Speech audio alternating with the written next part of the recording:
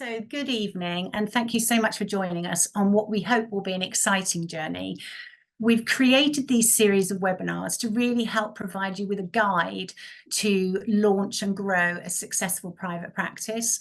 And I just want to pick up a couple of points that are on the slide here. What we're hoping we will be able to do by sharing our expertise is really to help you avoid some of the common pitfalls and mistakes, which in turn should help save you time and money and get you to the point where you can launch your private practice more quickly than you might otherwise have been able to. So that's really what we're, some of the things that we're hoping to help with.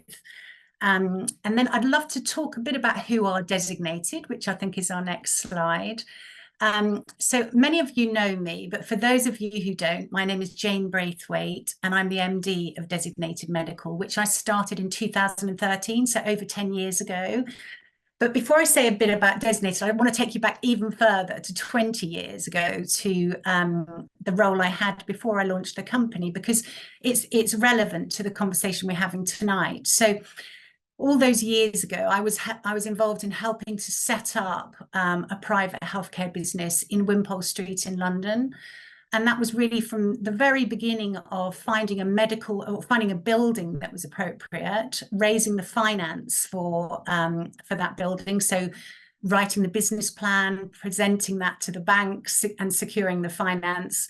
And then through to refurbishing the building to a medical standard, registering with CQC, and then getting everything ready for launch. And my role was as practice manager. So then for several years, I ran the team, and within the team, we had a medical secretary, typist, people doing the billing. And really my role was to focus on delivering a really good patient experience and being responsible for marketing and financial management. So that's why I wanted to mention it, because I think that was a real first-hand experience of running a private healthcare business. And I'd like to share that information with you and hope that I can help you on your journey. But it's also relevant because that experience was the inspiration for starting Designated Medical, because what I realized were there were lots of doctors who were amazing at their clinical area, and what they really needed was business support to help them launch their business. And that's what Designated Medical does. We have, within the company, we have several teams. So we're able to help with planning and with marketing, and that's very much what we're going to be talking about this evening. But we also have teams who focus on the operational side, so our medical PA team, medical billing, and then we can also help with financial management. So we have a team of accountants and bookkeepers. So that's really who we are. So then to go on to the next slide, which is today's webinar. So all three of the webinars that we're going to be running will all follow a very similar format. So I'm going to introduce you to some key members of the team, and the team will share a presentation with you, sharing their expertise and experience. And at the end of that presentation, we'll do a Q&A session. And that's where, again, we're relying on the lovely Zoom technology. If you look at the bottom of your screen, you should see two buttons that are relevant. One is Q&A and one is chat. So as you have any questions, if you just hit the Q&A button, you can type your question in there. And then at the end of the presentation, we'll go through the questions and we'll do our best to answer them as fully as we can. And then next to that is the chat button. So if you want to introduce yourself to everybody, or you just want to chat about something, then that's where to do it. And I should also mention that we are recording this. There was a few consultants who couldn't make it this evening, so we promised to record it and just send them a link. So just so you know, that is happening. So next slide is our speakers, I think, Simon. Yes. There we go. Lovely pictures of Simon and I. So I'd love to introduce you to Simon Marrett. Simon is a specialist in starting up businesses in the private healthcare and well-being sector. And he has a wealth of experience, and he's going to share as much of that as he can with us over the next 20 to 30 minutes. So without further ado, I'll hand over to you, Simon. Yeah, thanks, Jane. Thanks for that lovely introduction. Just a load to meet you all. Thanks for joining this evening. I know you're all very busy people. A quick 30 seconds on myself. Background as a marketeer, over 25 years operations and marketing experience. I moved into healthcare about 7-8 years ago and ran a small private health group in Wimpole Street. And through that kind of process, I met a lot of doctors and realized there was an opportunity to help doctors set up their own private practices. And that's what I've been doing. I launched my own business in just before COVID in 2020. And over that course, the last sort of 4 years or so, I've helped dozens of practitioners set up and launch their own private practices. So helping with everything really from planning and budgeting and kind of strategy and thinking about what they're going to be doing going forward, through to the kind of operations implementation stage, helping with things like CQC registration, websites, and marketing, acquiring patients, creating great content, building doctors and clinic profiles. So just a quick bit about myself and my background. Obviously, I'm delighted to be joining Jane tonight and to be talking to you about this webinar. It's a really important topic, which is very much a hot topic at the moment, I think, with everybody, based on the conferences that we're seeing taking place. So today we're going to talk 6 key areas that we're going to focus on. Firstly is about kind of vision and that kind of starting point of, what is it you're trying to do? What is your long-term ambition for your clinic, and what's been holding you back? Why now? We'll talk a lot about kind of value proposition, a term that you'll hear a lot tonight and perhaps one you've not heard of before. We want you to really understand what your clinic is going to be, the services you'll be offering, who your patients are going to be in the future, and how you're going to help them. And there's ways that we can help you do that. Your unique selling points are really important. Private practice is becoming, it's a growth area, but there are more and more private practices opening up. And it's important that you're not just a Me Too clinic. You're not just launching into a market where you're the same as everybody else. So how do you differentiate yourself in that market? We'll talk you through some of the success factors, some of the things you need to be thinking about right now, actually, in that kind of planning phase, which are going to build towards a successful clinic kind of going forward. How to plan for your business, thinking about budgeting, thinking about building a robust business plan is important. And Jane touched on a point earlier we caught up today about, we find that many of our clients and clinicians will be very much focused on patients and patient outcomes. But when you venture into private practice, you are launching a private business and you need to treat it like a business. So you need to ensure it's profitable. And we can help you with that with some of the tips and frameworks that we're going to go through today. And then finally, we'll talk a little bit about day-to-day operations. You don't need to get too far into this at this point, but you should have an idea of how your clinic is going to run in the future, what your team may look like, clear roles and responsibilities. We'll cover this in a lot more depth in webinar 3 in May, but today we'll just touch on that area. So that's the kind of agenda. It should take about 25 minutes. We've got plenty of time for a Q&A afterwards. So I'll move through the slides fairly swiftly. So when it comes to vision, the first thing we typically ask, clinicians and practitioners is, where do you want to be in 3 to 5 years? What's the vision here? Where are you going? Why are you doing this at this time? What are the drivers? And the answers we often get back are very, very different. So for some, it's about an opportunity in the market, ambition. They really want to grow and accelerate their kind of clinic. They see an opportunity in the market. For others, it's about a long-term solution. It's about a plan for entering into retirement in the future. But the drivers are often very different. Are you thinking about a single or multiple clinic? Or are you even more ambitious? Now you're thinking about kind of international kind of opportunities and training academies and various other ways in which you can raise your profile. Work-life balance is incredibly important. How is this private practice going to fit with all your other work that you're doing? When we talk to many of our clients, they are writing books, they're training, they're kind of teaching, so how many days a week are you going to commit to this? What's your role going to be within the clinic? What does that work-life balance look like amongst your kind of personal and your kind of work life? Again, we've touched a little bit on the clinic team, both the clinical and the support team. So give some thought to that in terms of what that may look like. And a really important point here is, who are the patients that you want to treat? If you're making a conscious decision to move into the private sector, you need to think about the patients that you want to treat, what are their personas, what are their profiles, but also who are the patients you don't want to see. You may have come from the NHS, where obviously you're seeing a lot of patients. In private practice, you can be far more discerning about the types of treatments you want to offer, the types of conditions you want to treat, and the types of patients that you want to attract. You also need to think about CQC registration. And are you going to go down that route, or are you thinking about practicing privileges only? Now, a good example of this is I met somebody this week who was about to think about opening a practice on a physical practice, and hadn't really thought about the CQC registration process. And it's really important because there's a 6-month waiting list at the moment. So if you're thinking now, end of March, I'd like to launch by September, October, and you've not submitted your application, you won't be able to launch in the autumn. You're going to be looking at probably later this year, if not early part of 2025. So if you are thinking about CQ registration, it's really important to get the ball rolling quickly. And in order to do that, you'll need to get certain things in place. And again, a point Jane often touches on is around what is your end goal and what is your exit strategy. So if you're planning, like I said, to work over the course of the next 15 years and slow down into retirement, or you're looking at a kind of a rapid growth period over the next 3 to 5 years, and you want to sell your business within that period, then the implications for your business plan are going to be very, very different in terms of resourcing, in terms of finance, in terms of the growth trajectory that you're going to be going through as a clinic.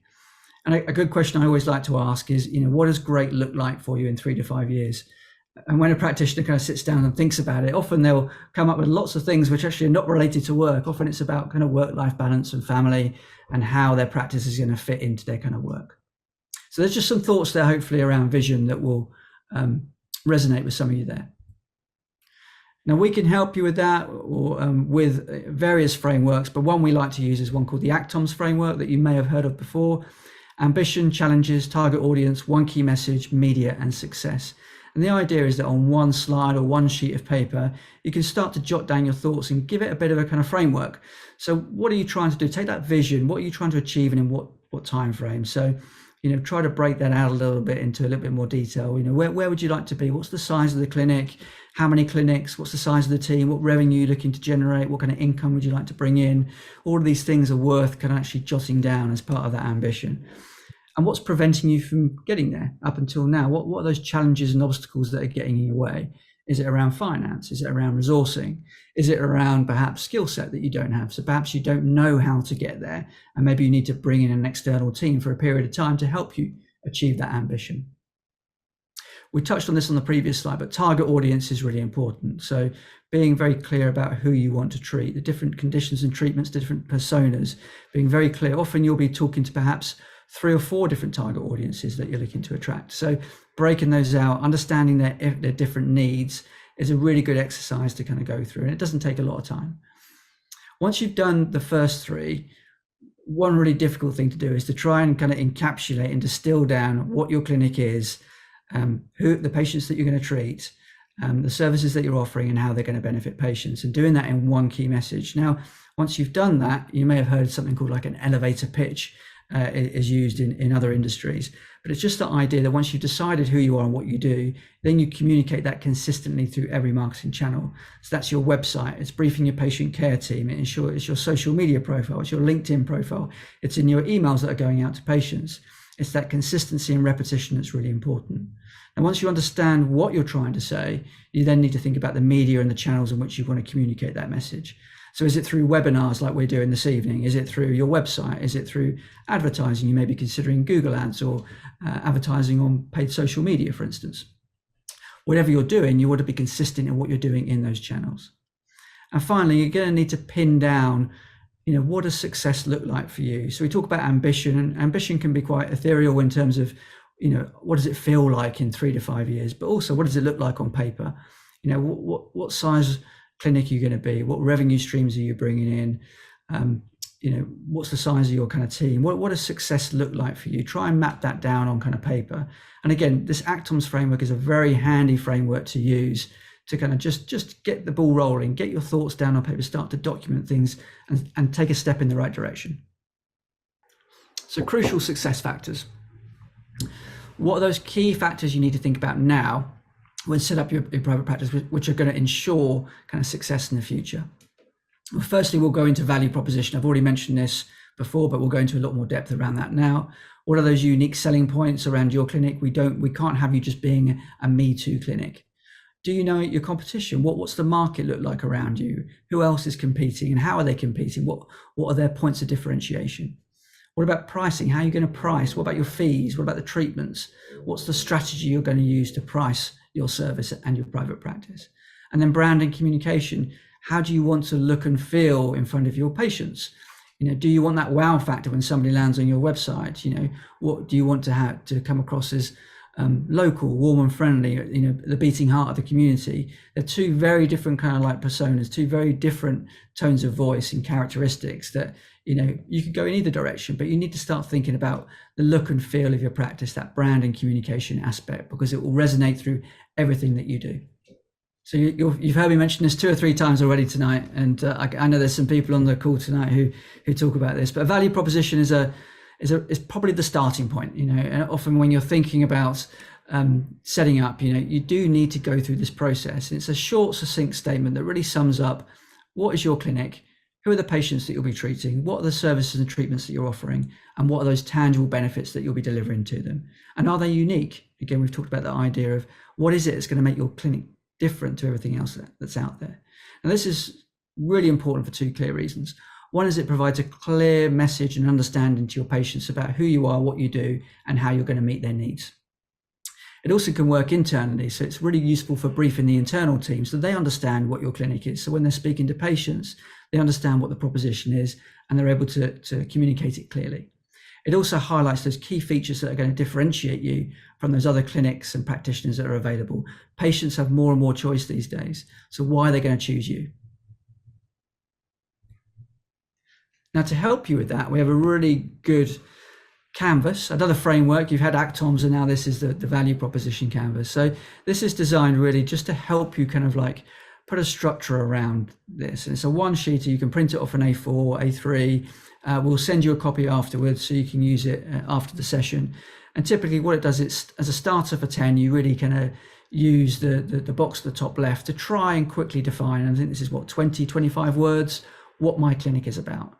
In the top right hand corner, you've got your target audience. So who are those different kind of like groups that you're looking to target? So men, women, perhaps even you might even want to go down the kind of corporate route where you're starting to target businesses.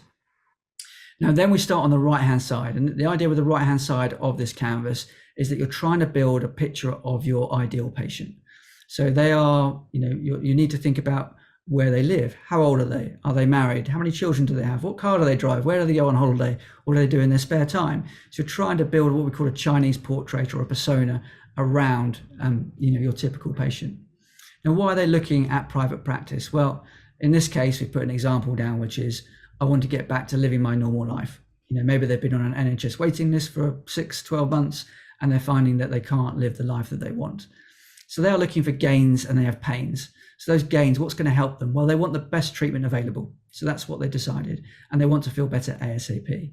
And on the flip side, they don't want to wait months. They've been waiting already 6 months. They want to get this done ASAP, but they don't understand how much it's going to cost in the private sector. They've never gone into the private healthcare sector before, so it's all new to them, and there's probably a sense of fear in the unknown that they need to kind of conquer.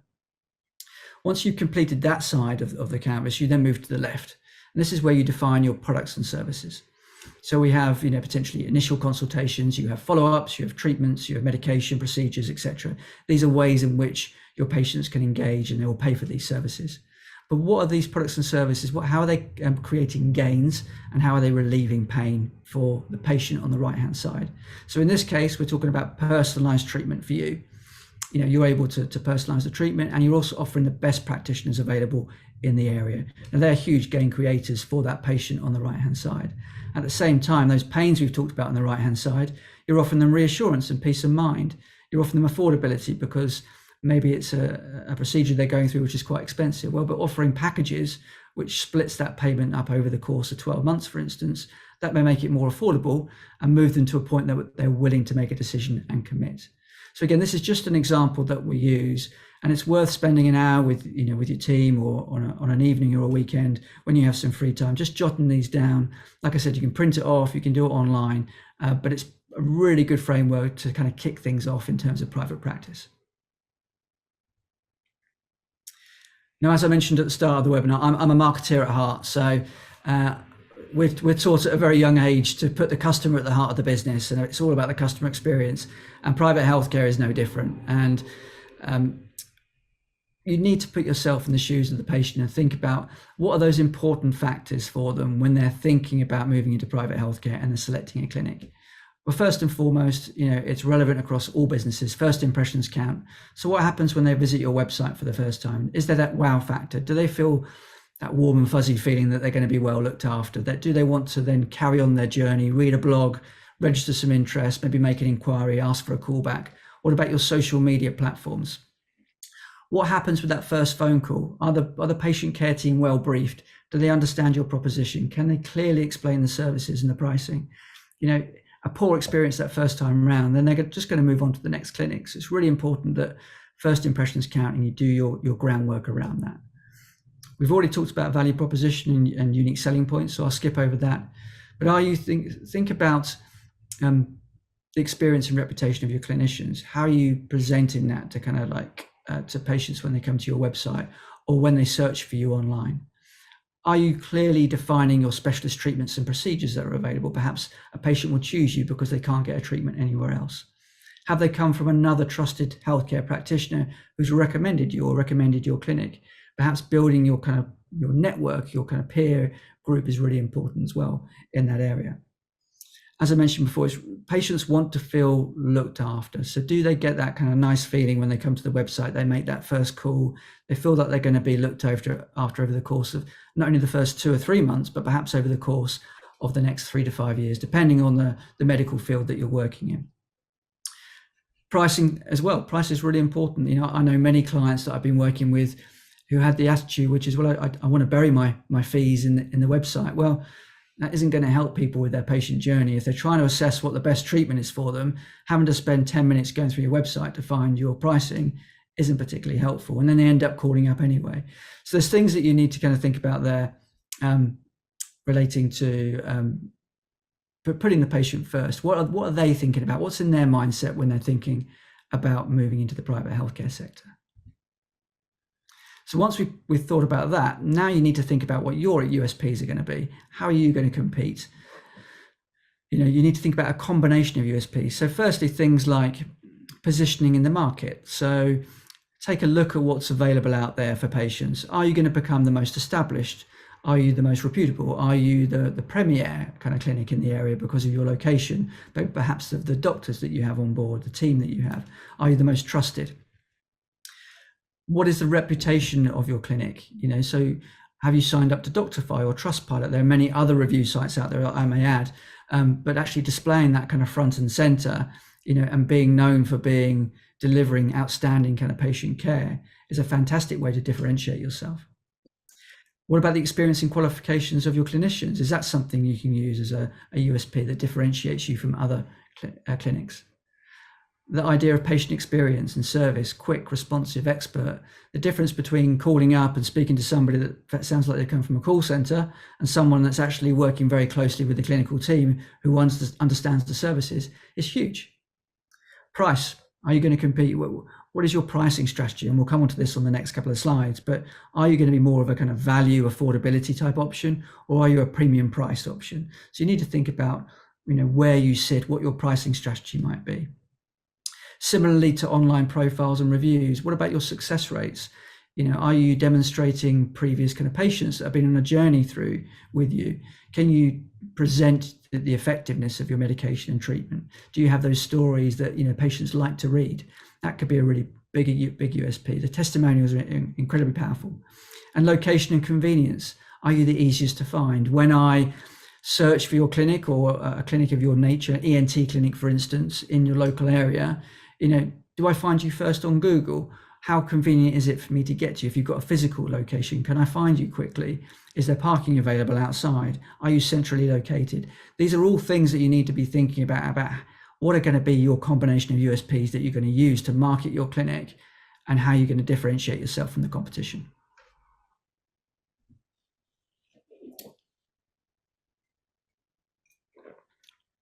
So once you've worked out what your USPs are, and you've done the work on your value proposition, you're kind of happy with that, you do then need to start thinking about your positioning in the market. So where are you in the competitive kind of landscape? Whether that's kind of like, in London, in a big city, you may be an online clinic, or you may be in a local kind of town. Where are you going to be positioned in this market against the competition? What are their strengths and weaknesses, and how are you going to compete? Remember, patients have a choice. So it's really important that you and your team know what you stand for and what the other clinics stand for too, so that you never want to talk down about the other clinics, but you need to understand what your points of differentiation are. So in this case, we've got on the y-axis, we've got premium and affordability. And on the kind of x-axis, we've got generalist and specialist. So here we've got our clinic. We've decided that we're going to be a premium clinic and we're going to be more general. So we're going to offer a wide range of services. On the right-hand side, we've got Clinic A, which is likewise a premium clinic, but actually it's going to become more specialist. So the services they're providing are very much more kind of niche. Whereas Clinic C and Clinic B have decided to go down more of a value kind of affordability kind of angle, one being more specialist and one being more generalist. So you can see once you've mapped out your 5, 6, 10 clinics perhaps that you're competing against, you can see where your competitive map is and where you sit in it. And that can really help when it comes to, again, describing your service, your clinic, and how you're different to the competition. Pricing and fees, a big area, a big question we get a lot of questions, a big area that we get a lot of questions about. The important point here is there is no exact science. There is no algorithm that's going to work out what your perfect kind of pricing model is. There is no silver bullet, but these are the factors that you need to consider. So have you thought about the costs for your clinic and setting up and the running costs? These are both the direct costs of you delivering the services to your patients, but also your overhead. So you need to think about your staffing, you need to think about your rent, you need to think about insurance, you need to think about marketing. Marketing is going to help you get out there. It's going to help you attract new patients. So have you built that in? Now that's going to have quite a big impact and influence over how much you decide to charge for your services, because you need to make a profit. What about market demand? Are you aware of how much demand there is, either locally or nationally, for the services that you're providing? Obviously, if there's huge demand, that would influence the fact that perhaps you can charge more for the service. And likewise with specialisms and scarcity of a service, if you're the only person in the county that can offer a particular service, then that would influence your pricing because you'll be able to charge more. Competitors is a really interesting one because you do need to understand what their pricing is. You need to understand what they charge, but you shouldn't be kind of trying to emulate them and just copy what they're doing. You have your clinic, and this idea that everyone's just going to charge the same, that's not a wise pricing strategy. What about your target market and location? If you're in the middle of Harley Street, for instance, in a prestigious kind of building in Wimpole or Harley Street, then you're going to be charging something very different to perhaps if you're in the outskirts or in the suburbs, because there's a perception there around kind of quality. There's also a cost base. Obviously, it costs a lot more to have a clinic in central London than it does in the suburbs. I live in Surbiton in southwest London. It's certainly probably cheaper here than it is in Harley Street. What about your positioning in the market and the perceived quality? Again, are you going to be a prestigious kind of premier kind of clinic? Is that the look and feel and the tone of voice you're going for? Or are you going to go more of a kind of a value kind of based offering? And what about plans and packages? So is it more pay as you go and you pay for your initial consultation, you pay for your review? Are you paying for kind of treatments? Or are you actually going to package things up? Are you going to offer 3-month kind of packages, for instance, or a combination of different kind of treatments? Or are you going to offer membership? Very popular at the moment with many of the clients that we're speaking to is the idea of membership, and people pay a monthly fee, but they get the services throughout the year included. And there's lots of models, especially with the kind of health tech world, where that's been very successful. Now, a really important point in red here at the end is, as a general rule, and I hope Jane would agree with me here, we typically don't recommend discounting, and we often get asked the question, well, I'm launching my clinic. What if I do a kind of like first month discount of 50% for new patients? And the answer to that is don't do it. And we typically will not recommend discounting in private healthcare. It devalues what you're offering, the services that you're providing. Our recommendation instead is to focus on value. Where can you add value to the patient? So can you offer, for instance, once they've had their initial consultation, can you do a free 15-minute phone call a week later? Can you offer them a webinar that they can attend with other patients? Can you do free downloads or guides? There's lots of ways in which you can add value to a patient without discounting, because ultimately you're just devaluing the service that you're offering. Okay, got the last section coming up now, which is all around kind of business planning, which can be a little bit dry, but it is very, very important. So you need to build a robust business plan. You need to build a budget for your clinic. As Jay mentioned at the top of the webinar, you are entering into private practice, but you are running a business, not just a clinic, and you need to ensure that it's profitable. So my final kind of framework of the night is the business model canvas. So we've had the ACTOMS model, we've had the value proposition canvas. This is an adaptation of a business model canvas that I've used. So again, it's a one-sheeter. The idea is that it kind of has all the information you need to be thinking about in one place. So you just document it in one place.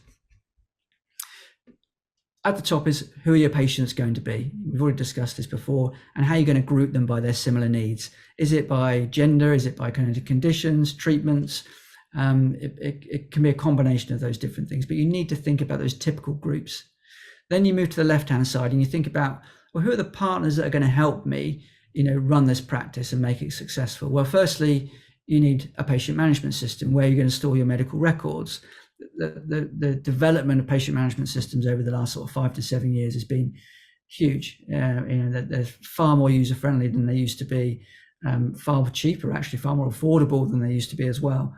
But selecting the right patient management system is a big task, because it will be the kind of central cog in which your practice operates around. And 6 months down the line, if you decide to make a move away from that, operationally, that's huge. It's very disruptive.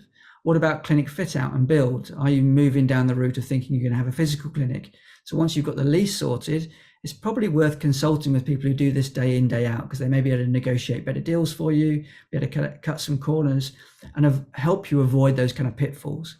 What about insurance companies, getting the insurance indemnity in place? What about CQC? We touched on this at the top of the webinar about the importance of bringing CQC advice on very early on so that you set the ball rolling in advance. I worked with a healthcare startup a couple of years ago, and I think we applied, in March, April time, and we had our interview in December, and we got our CQC registration in January, middle of January, just to give you an idea of the timescales involved. What about recruitment agencies? Who are you going to use? Are you going to employ somebody to come in and work as a medical secretary, or are you going to go down the road to bring in a contractor in? Often when you're starting up, you're trying to reduce your costs. So do you need to employ somebody right at the start? And what about website development and marketing activities? So customer acquisition, retention. What about your social media platforms? How are you going to get that message out? What about your communications plan? Then you need to think about your resources. So finance, people and skill sets, knowledge, technology. What are these things that are really going to underpin your clinic? They're going to actually drive the clinic going forward. The value proposition, of course, sits at the heart of what we do, along with your USPs. Think about the communication channels you're going to be using, along with your website, email, phone, SMS, webinars. What about your patient management system? Can that be kind of integrated into your clinic so you can use that to be sending out emails and SMS reminders to your patients? And on the right-hand side, we have our packages, products and packages. So how are people going to engage with you? How do they buy the services in which you're offering them? So again, a really useful framework. Again, we can send this to you after the webinar today, but it really just helps to distill things down into one kind of sheet of paper, essentially, or one slide, and starts to get the ball rolling. It starts to put some structure around that clinic that you're looking to build for the future. I talked about I knew this section would be a little bit dry, but building a budget is really important. And, we have ready-made templates that we can send you, which can help you along with this. But firstly, you're going to need to think about your revenue streams. How much revenue you're going to bring in on a monthly basis once you launch? How much of that's going to be from initial consultations? How much will be from follow-ups? What about blood testing procedures? And if you're the type of clinic perhaps that's maybe in men's health or women's health, maybe you'll be thinking about things like vitamin sales, vitamins and supplements, for instance, or additional appointments that you can offer. Then you start thinking about cost of sales. So how much is it going to cost me to deliver the service to my patients? So what about if you're going to bring on a team of doctors? What's the business model that you're thinking about for that? Are you thinking about a 50-50 split with those doctors? Is it more 60-40 in your favor? Or are you going to go down a fixed fee kind of method? So in some way or another, you need to factor that into your kind of business model, because you'll need to plug it into the budget. Once you've done that, you can understand your gross profit, and then comes your overheads. So then you need to think about things like staffing. So are you going to employ somebody, or are you going to go down the route for year 1 and year 2 of actually employing a part-time contractor because it's cheaper and more flexible? What about your occupational costs? So rent and maintenance of the building, professional fees, CQC you need to apply. You may need to bring an advisor in to help you on that journey. What about the IT, the technology that underpins your clinic? These are all important things that you need to map out. Banking, legal costs, office, marketing. How are you going to reach new patients? How are you going to raise awareness to bring those patients into your clinic? And then what about HR and training? So if you are going to employ people and you are looking to bring in a full-time or even a part-time practice manager, it's no small step to become an employer. As employers, and I to think about training. There's a lot of compliance around that you need to think about. There are alternatives available. So these are the things that you need to think about. Now, along with your budget, we recommend building out a dashboard. And the idea of a dashboard, and the way I like to explain it, is you need to know what's going on in your business, what's driving the performance of your clinic. So when you look at the end of the month and you see you've generated tens of thousands of pounds, where is that revenue coming from? Which revenue line is it coming from? Is it coming because you're doing a great job finding new patients? Or is it the fact that your patients love you so much they keep coming back for more, and your renewal and your retention rates are fantastic? So we use this kind of, it's called pirate metrics. Now, I learned it many years ago, but the idea is that acquisition is your marketing engine. It's am I reaching the right target segments? The target audience we mentioned at the top of the webinar, am I finding them? Is that generating website inquiries for me? Are the phones ringing? Are new patients coming in? Then we move to the activation stage. So once the phones are ringing and inquiries, are they the right type of kind of patients that you're bringing in? Are they then going to the next step where perhaps you're offering a free discovery call with a practice manager? Maybe they've completed a quiz online. Maybe there's a callback service that you're offering. There may be different ways in which you can activate. Maybe they're just registering on your website for a newsletter.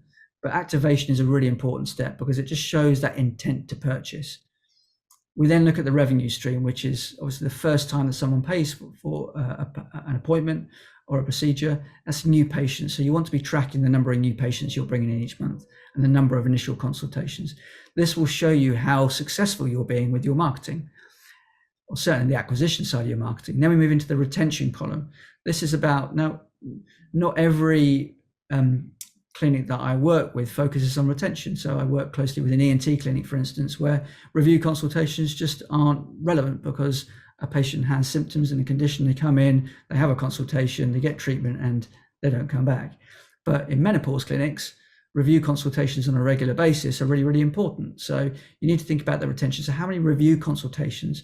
What's your recall percentage? So of those 100 patients that are due next month, what percentage of them already booked in? So you need to look at that metric. It's really important, and you need to put processes in place to ensure that those patients that are coming back and they're remaining loyal. And then what does your total revenue look like for the clinic?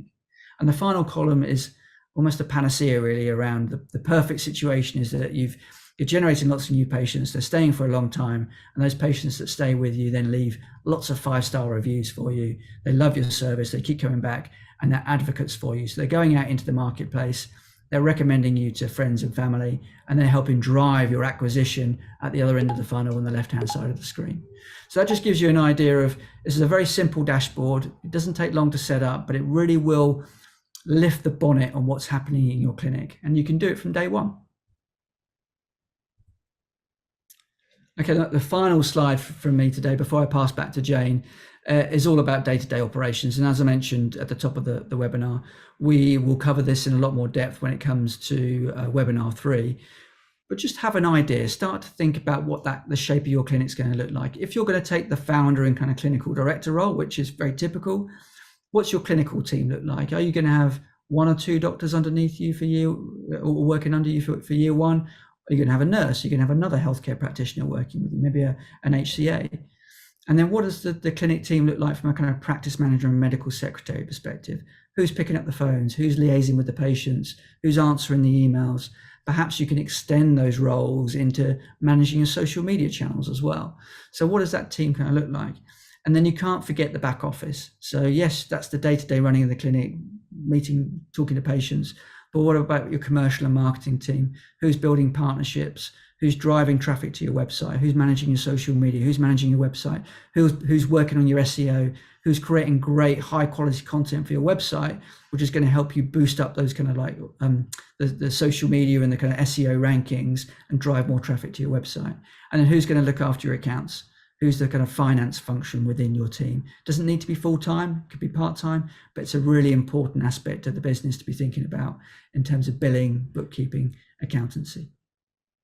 So this is a simple structure. Again, this is something we can help you with, and we can send some examples over, but hopefully it will give you a good flavor of the types of things that you need to be thinking about. So that's the end of my presentation today. And just to recap, I hope what are probably some of the most important points. So firstly is around vision. We talked right at the top of the webinar about being really clear. Why are you here today? Why are you making this move? What are those drivers? What are you looking to achieve over a 3 to 5 year period? Try and think a bit more long term than just the year ahead. Value proposition, we spent a lot of time talking about value proposition and that importance of communicating it consistently. If there's one thing I'd recommend that you take away tonight and you're thinking about setting up in private practice, is take an hour out over the next week and just work on that. Just work on trying to get that distill it down into 1 or 2 slides and maybe 25 to 30 words. Unique selling points, how you're going to compete. Patients have choice. It's really important that they understand who you are, what you do, and why you're different from the competition. Hopefully in the last couple of slides, I've demonstrated some really simple steps you can take in terms of business planning. It doesn't need to take a huge, great kind of like Excel spreadsheet with lots of tabs. A simple spreadsheet with a month-by-month revenue figure, with your costs outlined, some forecasting, what you're pricing, feeding your pricing into that as well is really good. But do the groundwork now. What you don't want to be doing is going headlong into building a website, starting to go down the road of CQC, maybe signing leases, etc., without doing that kind of groundwork. And I know a lot of you are already doing the groundwork, but I do see examples of, people building websites who have spent thousands of pounds without actually having registered the company or thought about a budget and the profitability of their clinic. And then finally, again, we'll touch on this in a lot more detail in May, but think about how you want that clinic to function once it's up and running. Who is that team you're going to have in place? The practice manager, the medical secretary working with you is an incredibly important role, especially if you go down that CQC route. And think about ultimately, again, with my marketing hat on, it's about that patient journey and that patient experience and how you can deliver that, an outstanding patient experience consistently. So we had a few questions. I think I'm going to stop talking now, Jane. I'm going to hand back to you, if that's okay. Oh, lovely. Thank you, Simon. I mean, these are some of the questions that have been asked by people who are not here this evening, but there are a couple of questions on the Q&A actually. So I just wanted to deal with those first, if we can. So the first question is, would any clinic providing services need CQC to commission it? Well, I'll answer that, and then I'll hand over to Simon to answer it. So if you look on the CQC website, there are a list of regulated activities, and if your clinic is doing any of those regulated activities, then you have to be registered with CQC. So really, to answer the question completely, we'd need to know exactly what it is you're doing and do that comparison. So that's the answer. You need to look at those regulated activities and see if your activities fall into that. We have a CQC consultant who we work with regularly. So when we're working with a client who needs CQC registration, we always involve her. So it's something we could follow up for you. So if you wanted to let me know a bit more about what it is you're doing, I can definitely ask our consultant and get you some guidance on that. So that's something we could follow up in more detail on. Is there anything you want to add, Simon? Not a huge amount. I think, the other route obviously is sort of practicing privileges, where you may want to kind of contact kind of other clinics to work under their CQC kind of registration. Again, it comes back to that idea of kind of vision and what you're trying to achieve and the ambition there. But I think, you've covered it, I think, nicely. I think the first place to start would be the CQC website.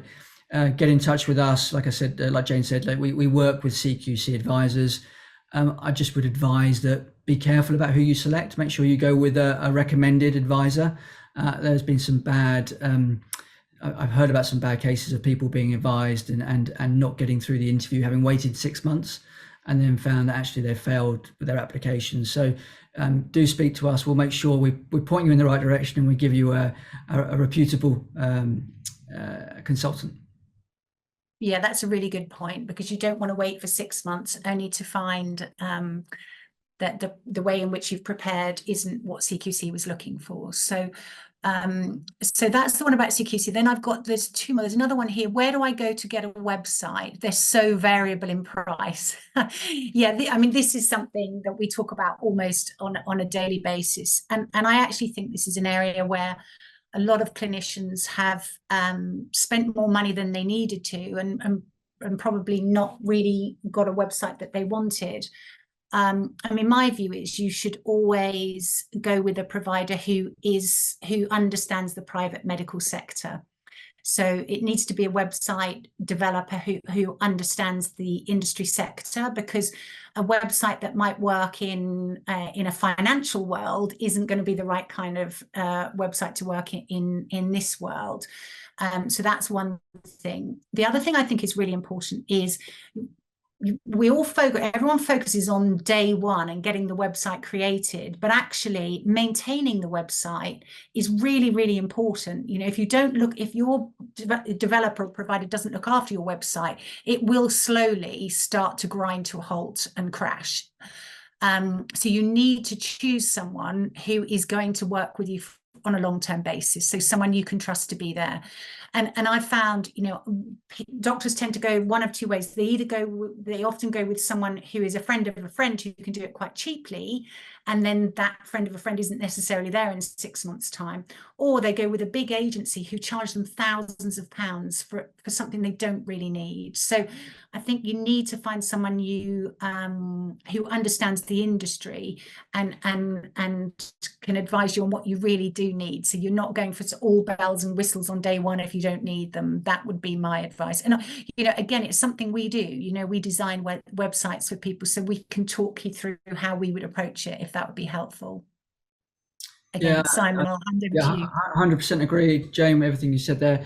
I think the only thing I'd add there is that often a phased approach can work. So when we typically work on kind of website projects, it's like, well, what do you need in the first 6 months? Because often what you need is actually a destination. You need potentially just a one-page website that explains who you are, what you do, your key services, your USPs, and then you can build from there. So take a phased approach and think about, okay, well, what do I need in month 1 and 2? And then start to build out the pages around kind of symptoms and treatments. Also, things change over time. So you could commit a huge amount of money, as Jane said, and in 6 months' time, something shifts and you kind of wasted that money. So we see that a lot. I see a lot of website rebuilds and redesigns after year 1, even though a lot of money's been committed. So think about that kind of phased approach where maybe you start from a kind of small point of view, a small website, maybe a handful of pages, and then think to build over time. Now, websites are really important. You know, you need to get them, you know, structured properly. You know, high quality content is really good for search engine optimization, so you need to be thinking about that. It will be your main destination for patients finding you. So it's an important thing, and I think, as Jane said, you know, you need to really speak to somebody who understands the private medical sector. That would be a general kind of designer just won't get it. Yeah, brilliant, thank you. And then we've got another few questions, which is great. Please do, if you've got anything you want to ask, please do put it on the Q&A section. So the next one is, how do I choose an accountant? And, you know, a lot of what I've said about websites, I think I would say again, really, I would definitely choose an accountant who understands this sector. Because you need someone who understands how private practice works from a tax point of view. And I think a lot of doctors, again, they don't always reclaim all of the expenses that they could be reclaiming. And so a good accountant can advise you on that. I would also, my other tip is to find an accountant sooner rather than later. Don't leave it until sort of the end of the year and think, okay, I need to do my first year account. Because engaging with an accountant on day 1 can help you, first of all, set up your company in the most tax efficient way for you, and just make sure that you get off to a really good start. So yeah, I would choose someone sooner rather than later, so you can benefit from their advice from day 1. Again, Simon, anything you want to add on? Nothing to add there, Jane. I think you answered it perfectly. So okay, and then the next question is, a bit embarrassed to go and see GPs. Any tips? Now, I guess what you're meaning is, you know, to go and see GPs with a view to them referring patients to you. I'm guessing that's where you're coming from. And yeah, we hear that a lot. I think one of the things, and I'm not generalizing hugely, but doctors don't want to be personally marketing themselves. It's not something you feel particularly comfortable with. And I guess that's what you're doing when you go and see GPs. I mean, I think we've got, GPs are like anyone in the private healthcare sector. They are interested in anything that can make their job easier. So if you can find an angle to talk to GPs where you can offer a service that makes it easier for them to have their patients seen, then they will be interested in that. So that would be one tip I'd give, is trying to see it through their view. What are their pain points and how can you help solve them for them? But I would definitely, I would definitely, talk to GPs. I think your referral network is really, really important. And some of the clients where we help them with their marketing, the marketing is all about their referral network. It's not about us going out to find patients directly for them. It's about working with other specialists and GPs who will refer into them. So it's a really important thing to do. And I get this is an area I know you'll have experience of, Simon, maximizing those referral networks. Yeah, absolutely. And I think the point you made there is, putting yourself in the GP shoes and thinking about what their needs are, what's the gain creators and the pain relievers, how can you help them? And I think taking your time to have a personalized approach is really important. If you're going to blanket them on LinkedIn with unpersonalized kind of emails, then that's not going to work. But actually taking the time out to draft a proper letter, send an email, demonstrate that you've taken the time to think about what they need and their practice. I think that personalized approach, which I know you'd advocate as well, Jane, is definitely the kind of way forward. And also just I think a soft approach on LinkedIn often works well, that I'm looking to connect. This is what I'm doing. This is how I'm trying to help GPs. Often a non-sales led approach works very well. People will be very happy to kind of accept your connection. So I think, and that kind of yeah. Sorry, Simon. No, I was going to say, I think that I totally agree with the comments you made, and that approach is. I think a lot of doctors feel, as you said, that they don't want to be selling themselves, but it is an important part of private practice to build that professional kind of network. But you can do it the right way or the wrong way. Yeah, and you can do it in a way that you feel comfortable with as well. Because I don't think it has. For me, I don't think it's. I wouldn't go about it in a way that was selling. It's more about extending your network of colleagues, and and that's a much nicer way to do it. Yeah, building your professional network. Yeah. And that question leads quite nicely into the next question, actually, which is the IDF a good networking organisation? For anyone who doesn't know, the IDF is the Independent Doctors Federation. It's a very, I don't know how many members they have now, but it's a very well attended group. And yeah, I would definitely recommend the IDF. We've done a lot of work with them over the years. They run a lot of CPD accredited events throughout the year.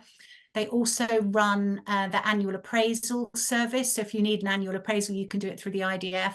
They have a meeting every year, which is sort of like a long weekend. I think this year they're off to Madrid for 3 days. And again, it's CPD accredited, and you get a huge number of doctors attend. So I would definitely consider the IDF. There are others. There's the London Consultants Association, which are very good. Those are the two that I think I would recommend most highly. But yeah, definitely have a look at the Independent Doctors Federation website, and I think you can go along to a few of the events just to see what you think and see whether you fit in, whether you enjoy it. But yeah, it's definitely worth looking at. Got nothing to add there, Jane, I think, on that one. Yeah. Okay. Any more? I think I've gone through them all. Oh no, there's more. Here we go. This is good. Is the cost of setting up private practice the same in London as it is in the Northwest or in the Midlands? Or does that vary depending on the area and associated costs? Okay, so I would say that one of the most significant, if you're setting up a clinic and you're going to be taking a premises of your own, so if you're going to be renting rooms, or buying rooms, I would say that's probably the biggest differential that you're going to have, is the cost of the accommodation. Obviously, rooms in Harley Street, I'm guessing, would be, well, they would be more expensive than rooms in other areas of the UK. So I'd say that's the biggest cost difference. Employment costs, they do definitely vary. I think you do have to pay more for your team in central London, and certainly that's more of an issue since COVID, because a lot of people are looking to work from home and they're much more reluctant to come into central London. So I think there's probably a difference in terms of employment costs. The other significant costs you're likely to have, insurance. In terms of indemnity, I don't think that would vary. So I think the main differences would be in terms of accommodation and employment costs.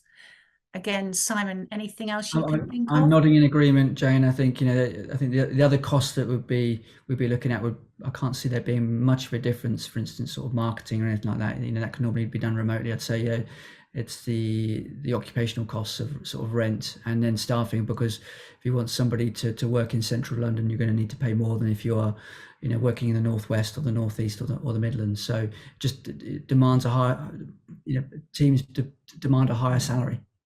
Yeah, exactly. Okay, good. And then we've got another one here. I struggle with virtual stuff. Do you do face-to-face in-person meetings? And if yes, where?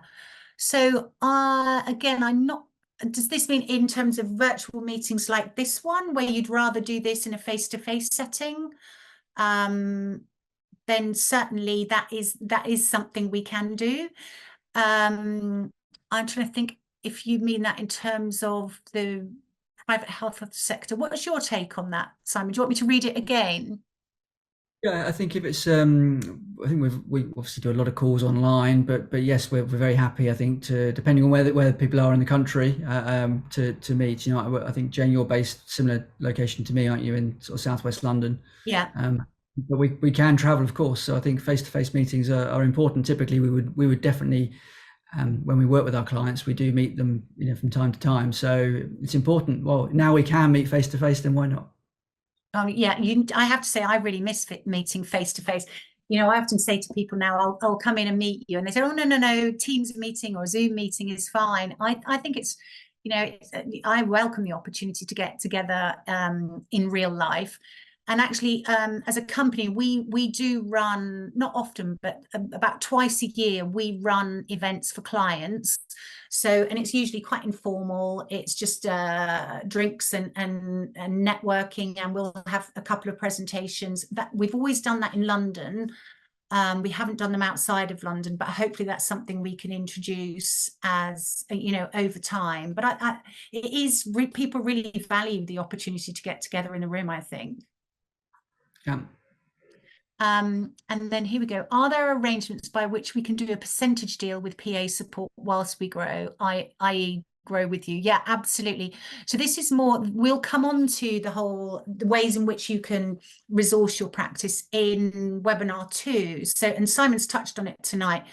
When you think about the team you need, a medical secretary is something that I would say, anyone who's going into private practice needs. You need somebody who's going to be looking after your patients from an admin perspective. In terms of our virtual PA service, we offer 2 different pricing mechanisms. One is a percentage based. So we charge a percentage of the income each month.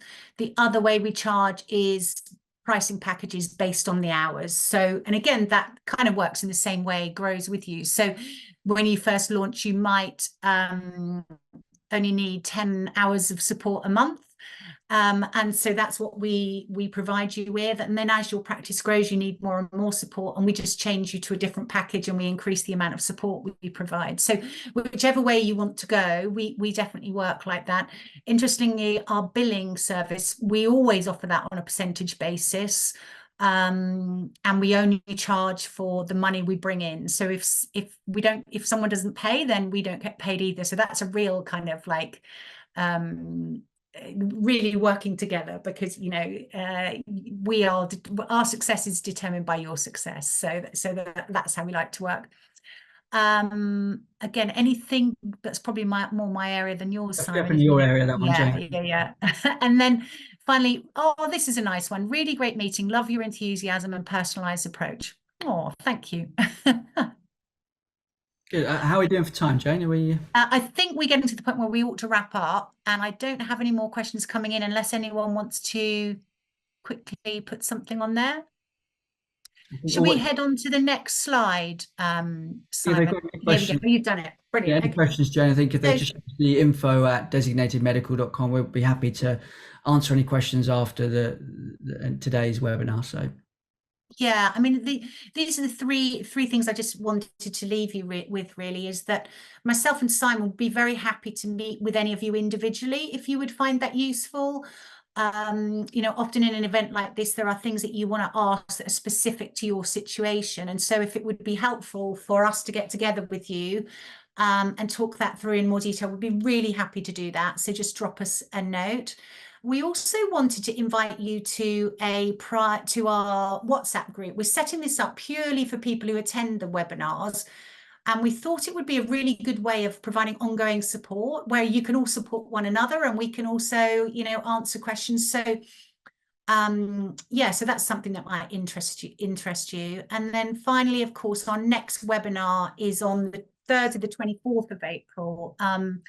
And we're going to be talking more about marketing, the patient journey, branding, and starting to talk about the sort of more operational side, including invoicing and delivering, a really good patient experience. So we sort of build on what we've talked about tonight and take it to another level of detail.